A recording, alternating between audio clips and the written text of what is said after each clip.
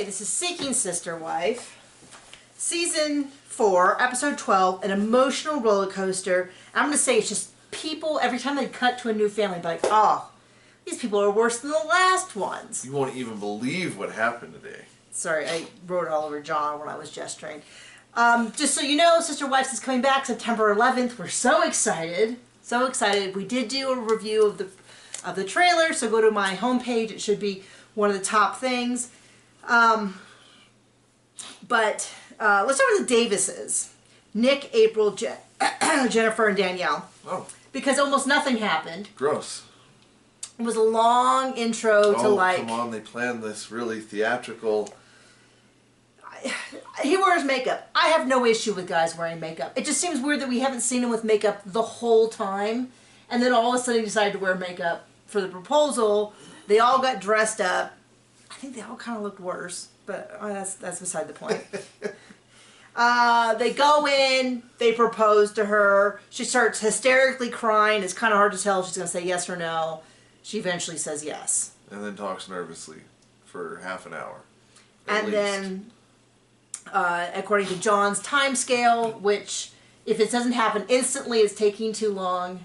That is one of the things you know about John, is that he is a man of action, and by action it means that he is already doing it by the time you finish saying something, which is usually good when something needs to be done. It can be annoying when his solution is like, let's move, and you're like, no, back the truck up, we're not doing that.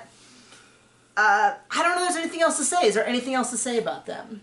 We try to usually take about 5 minutes a couple. Well, there's plenty more to say about them, but nothing that what did he say that you were like making fun of, where he was like, oh, time, what did he say? Something about time goes differently at different times? I don't know. And we're like, okay, Captain Researcher, we get it. You've read about the theory of relativity once.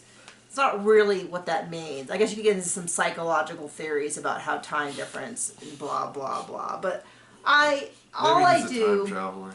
Through this whole episode is go, why do they like these guys? Every time I think one guy has less to offer, they switch to a new one. And I'm like, oh, that's even worse. It's even worse. So I'm glad next week we get to see Danielle with, I didn't see, was it a sister? I don't know if it could be a sister. Who are we talking about now? The one who got engaged. Oh. And next week, the most interesting thing about this episode was the preview for next week. That's my main point I have to say with all of these people, is the next week's preview looked more interesting. It's pretty consistent throughout this show, so far I've noticed. Yeah, they take the most interesting part of the show, they put in the preview for the previous week, and then when you get to it you think, didn't we see this already? And then... They just totally make stuff up for these previews, and nothing ever happens like it's... Yeah, no, that's true. We can discuss that with all of them. But next week we get to see her talking to someone who's like, are you insane? And that's really all I want. I really would like a quiz show where they have to, at least once an episode, they sit down with people who are sane and they just go, I don't understand what's wrong with you. So basically you want intervention without the drugs. Yeah, that's exactly what I want. I want dating intervention with all these people. That's the whole, we can just call it that, polygamous intervention. And it can just be people in life going like, okay, I'm not going to be like, oh, it's your life. I'm going to be like, what are you doing? What are you doing? What do you mean he doesn't have a job? Like, I would have a question with you marrying a guy who didn't have a job if you were one wife. What do you mean he stays home all day and research? Does he get paid for this research? No. What do you mean he's a stay-at-home dad to a 15-year-old who we haven't seen ever since? Wasn't that him? Wasn't he the stay-at-home dad? And then we haven't seen this kid since. Now, maybe the kid is just like, this is all too weird. I can't be involved in this. Leave me out of it. Maybe they just wouldn't pay. Anyway, that's what I want. Next, I'll go with the Foleys. Brenda, Steve, and April. Once again, the most interesting thing will be the preview for next week. But in the meantime, we see this house. I don't like to say is, why is that hallway so big? They're starting from this hallway that's, I mean, literally wider than that. Like, it's in Texas, honey. It is, but the kitchen, this is, okay, it bothers me because the hallway is immense. You could easily just put a bed right in the middle of the hallway. But the kitchen wasn't so big that you go, oh, the whole thing is, like, I've been in houses that had super wide hallways and super tall doors. It's a house in Steamboat that I looked at, a spec house. But it was like, it had like 6 bedrooms. It was like, Sheesh. it was a condo, like a ski in, ski out kind of condo. but it was everything was super scaled up. But everything was like the doors, the ceiling was like 8 inches higher than normal. The doors were extra tall. The wall treatment was plaster. The wood was from some monastery in Europe, hand hewn by monks. It's like over the top. It was like $1 million condo in 2000.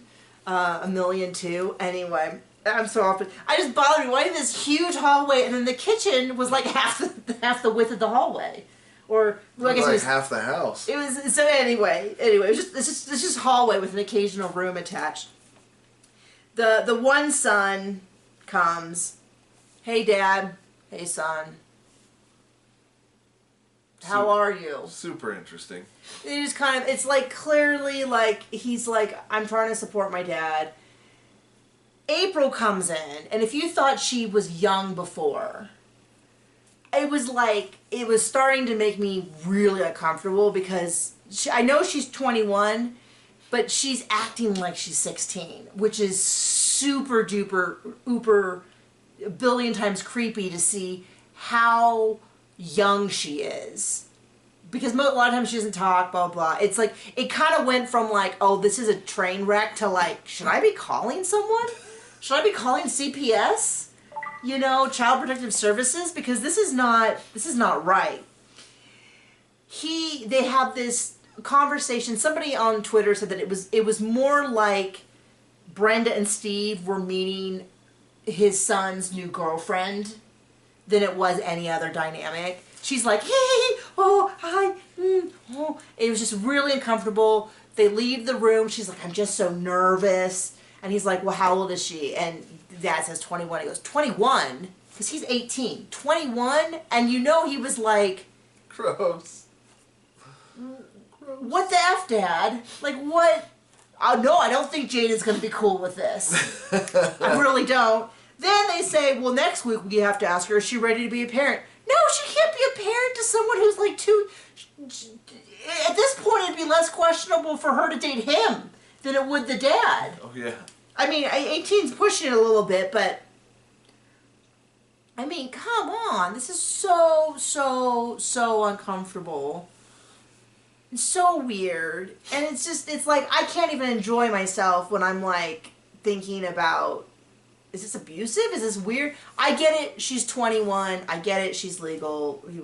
I married my husband when I was 21 and he was 75. Okay, whatever. I get that it's all legal. It's just really freaking weird. And then have this juxtaposed with like, oh, my kids think what I'm doing is weird. You think? You think your 18-year-old son is going to think it's weird that you're dating someone who's essentially his age? He probably has classes. Like, they could be in the same college class. Shouldn't she be in college? Shouldn't she be in a dorm room somewhere? Hanging up posters of Pete Davidson or someone? I don't know.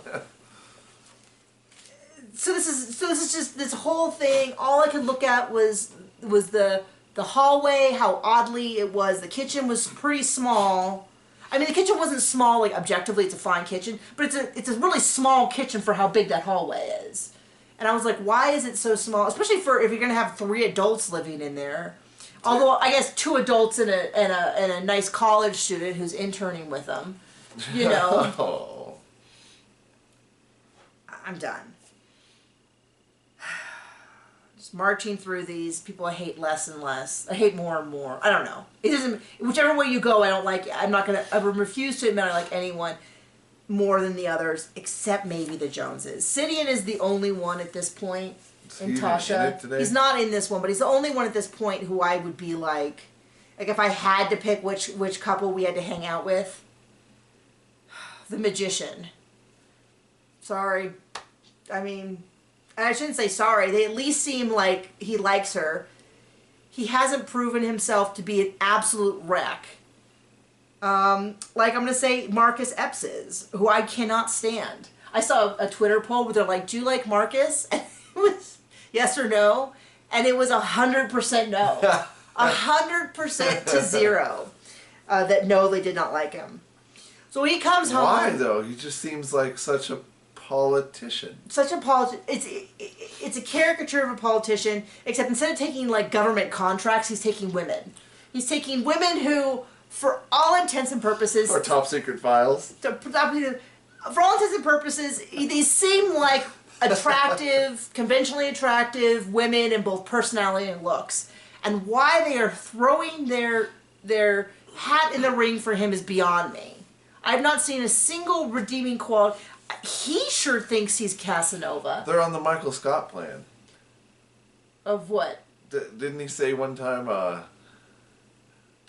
what was it? Desperateness?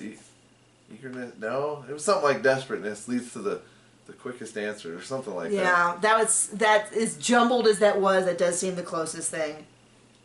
So we start with the end of his date with Janae. He did not come home. India is pissed. Taryn is not particularly happy either.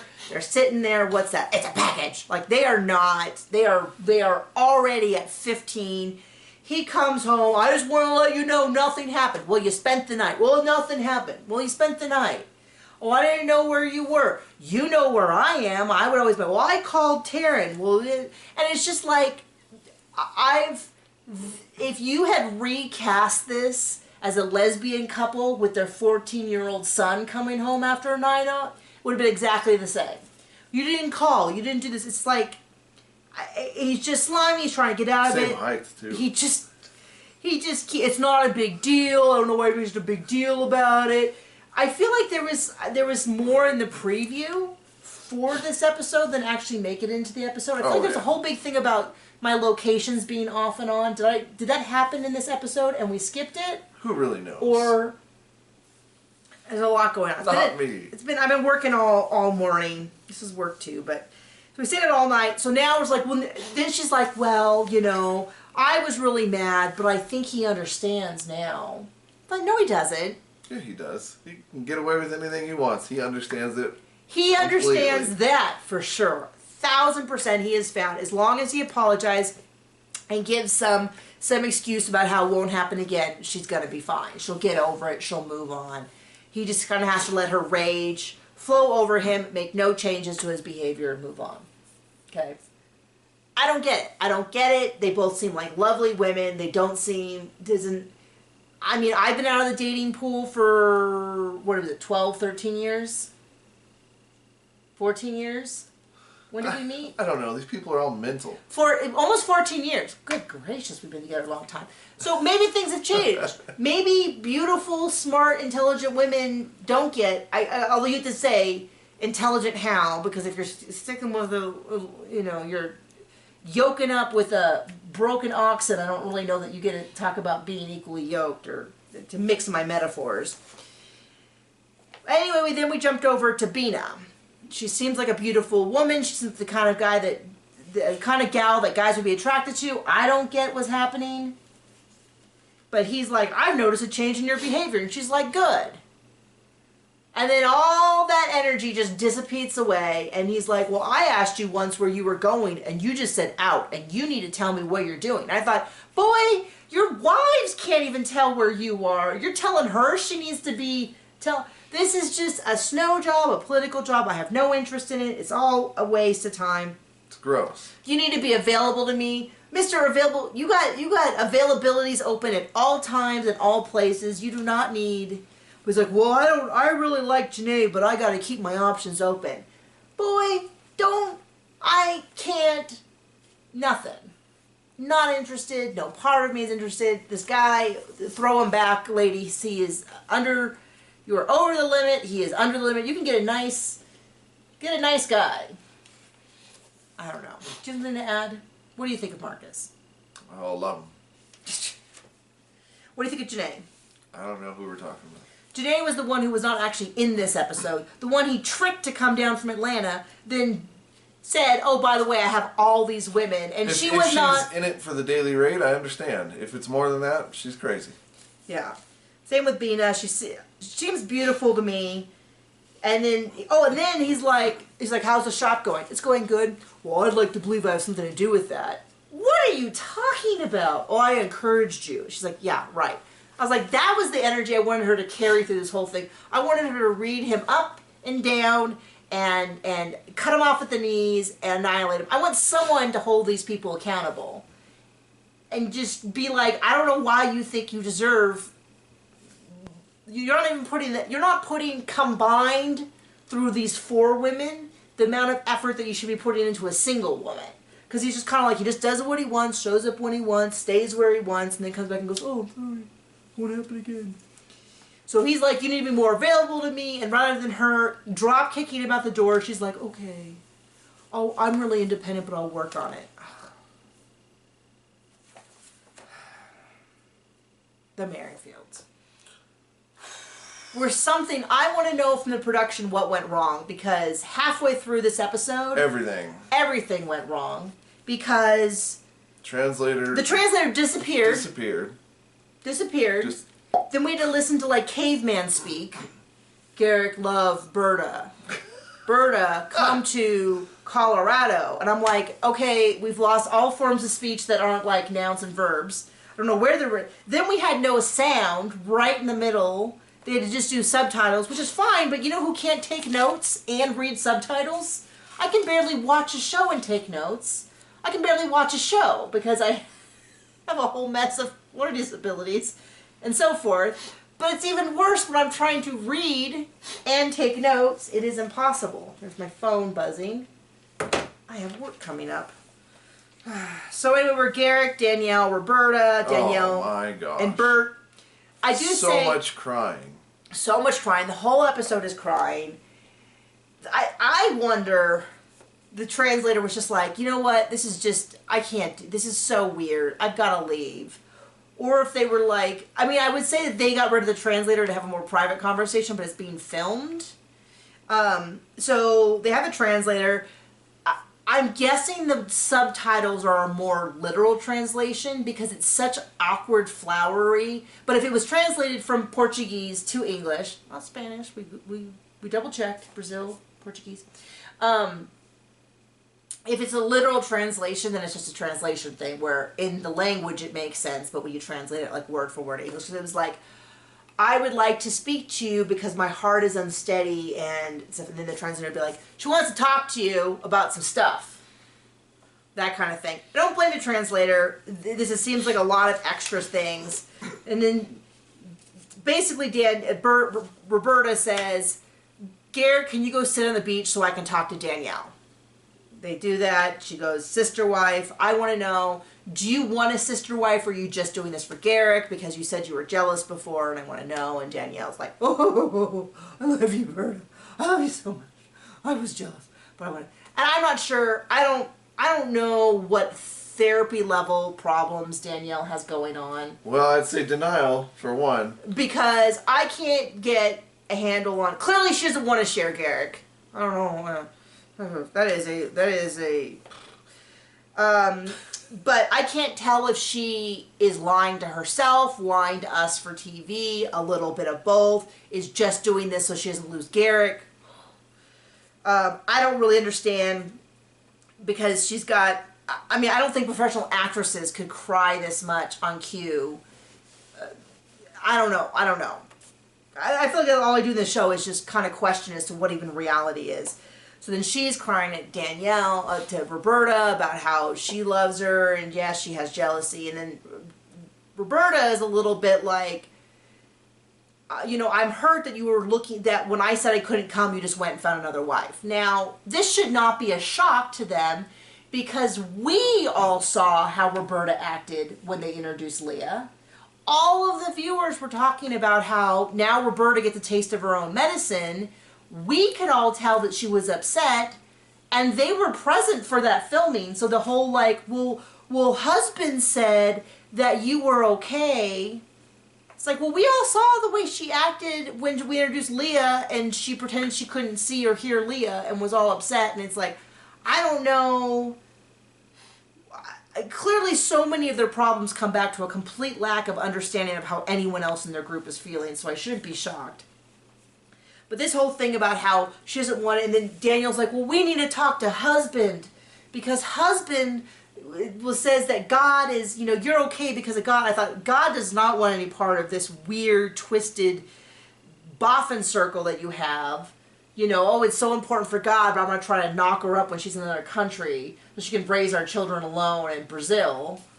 I don't know. Then... Back to Michael Scott. It's not so much the loneliness, it's the horniness. That is ever the situation. I can't tell if Roberta's looking for an out, if she is torn because she likes Garrick, I mean, and really likes the money and the prospect of a different life, or whether she is like, this is all calculated. I don't know. I kind of don't care. I feel like the level of psychoanalytical diagnosis I would need to do to understand this is beyond my payroll without talking to anyone especially. But anyway, she's not crazy with the third wife. She doesn't feel included. She doesn't feel, then Danielle's this shocked. I thought Garrick, you know, is, and it's like, did Garrick not hear this correctly? Oh, do you mean Captain Psycho over there didn't understand the situation correctly? The same guy who told... It's not that he doesn't understand. It's he doesn't care. Yeah. I mean, the same dude who called his wife big wife and small wife. The same guy who went to Mexico and then hurried up and had sex the second his first wife left the room without telling her. Like, oh, you're saying that guy didn't read the situation correctly? I'm shocked. I'm shocked. How could this possibly happen? Then it cuts to the next scene. There is almost no sound. It's all subtitles. And I don't know if the equipment went out, the translator is gone, they're all crying on the beach, it's all, I don't understand what's happening. The translator seems to be gone, so they've gone from having discussions to like, I sad, you come to Colorado, we love you. It's so bad. I love you. Garrick, no heart. I'm like, what? They got a translator and then they just abandoned it and then they couldn't even get a sound. Not that the sound at this point made any difference. I'm guessing that something happened with the actual recording. Like there was some zzz, and they like tried to get rid of it and that's the best they could do without blowing our eardrums out. I don't understand. And then Garrick's like, I don't know why we're bringing up past stuff. And I'm like, this is current stuff. This is not, well, we shouldn't deal with past stuff. Oh, that sounds like a sound way to move forward into marriage. Let's never deal with past hurts. I'm sorry, if you don't get it by now that it's all about the Garrick, then... Not just Garrick. Little Garrick. I just said, sorry. Oh, everyone's apologizing to each other. She's saying, I don't feel loved. He's like, no, we're going to bring you to Colorado. No more dating. And then, of course, Danielle was like, I don't think she wants us to date anyone anymore. It's like, oh, well, that, I could tell where that was coming from.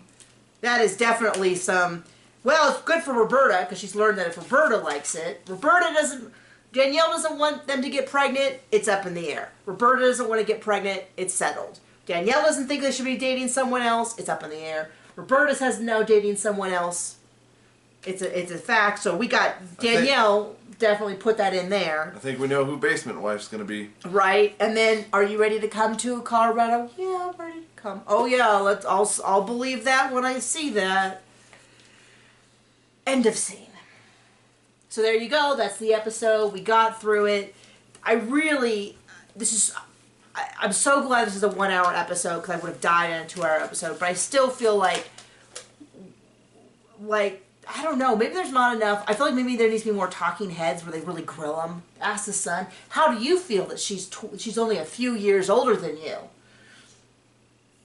Do you think it's weird that your father is dating someone the age that you should be dating? Do you think that's weird? Does she seem less mature than you do? Because she sure does to us. Like, that's like, maybe like a light and like hold back food and water. A swinging light. To a chair. You know. And just like really like just grill them until we get some good. That's what I want in life. So anyway, we're coming up on the end. Prepare for Sister Wives. It's coming. We'll see you soon.